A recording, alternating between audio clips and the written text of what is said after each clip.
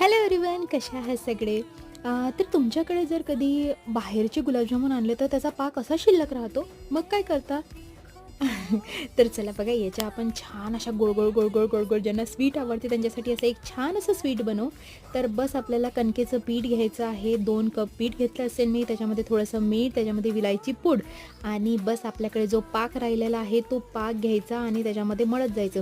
नंतर थोडं जास्त पाक जर कमी पडला असेल तर थोडं पाणी घ्यायचं आणि पाण्याने मळून घ्यायचं. अशा प्रकारे छान असं ते पीठ छान असं मुरून द्यायचं. मुरू द्यायचं म्हणजे 10 मिनिट रेस्ट करून द्यायचं आणि बस जशा आपण पोळ्या लाटतो तशा पोळ्या लाटून घ्यायच्या. ज्या शेपमध्ये तुम्हाला कट करायच्या त्या शेपमध्ये कट करून घ्या आणि बस ही आपली स्वीट डिश रेडी.